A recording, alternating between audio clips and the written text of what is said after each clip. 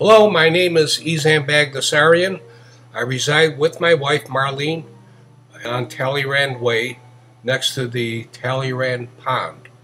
I have a statement I'd like to read, but before I read that statement, I'd like to recite a small prayer that my wife insisted I read prior to the general statement.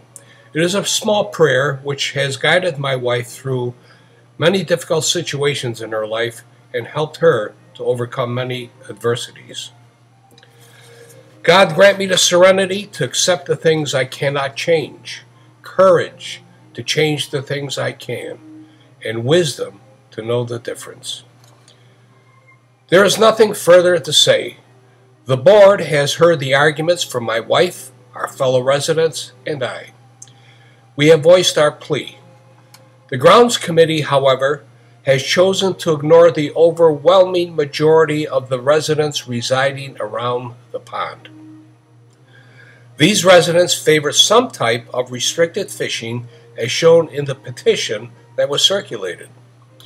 We even proposed a constructive compromise, one that would take into account everyone's concerns, such as a 6 to 12-month trial with a full and impartial evaluation of the results.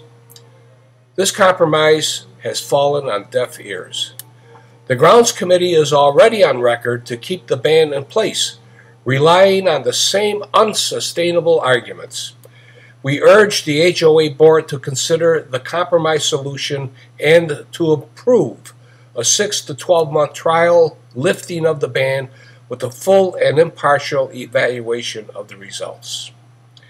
Compromise is always a good and constructive solution and can be useful to solve difficult issues if both sides are willing to compromise. The trial period should preferably be during the fishing season, when the pond has a good chance to be used. This compromise is a fair and balanced way for the HOA to approach this issue. The liability issue is a specious argument at best. A liability for fishing? Is the HOA any less liable if a resident's visiting grandchild were to fall and injure himself after hitting a snag in the sidewalk? Isn't there a general liability to cover issues in heritage hunt? The issue of enforcement is a fallacious argument. Who is present to enforce the ban on rock throwing, wading, swimming, and ice skating? The answer is no one. If a member of the HOA or grounds committee were to actively enforce the ban by forcibly removing a child from fishing, therein lies the real liability to the Heritage Hunt HOA.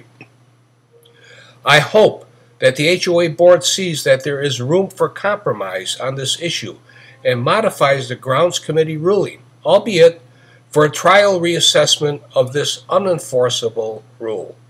We are all responsible, non-destructive residents. Heritage Hunt is our home. The pond belongs to all of us to enjoy, with or without our families. Let's not make an issue out of a non-issue. The one issue that caused the incident and was used to implement the ban was a one-time issue. Please take down those signs at the Talleyrand Pond. Thank you.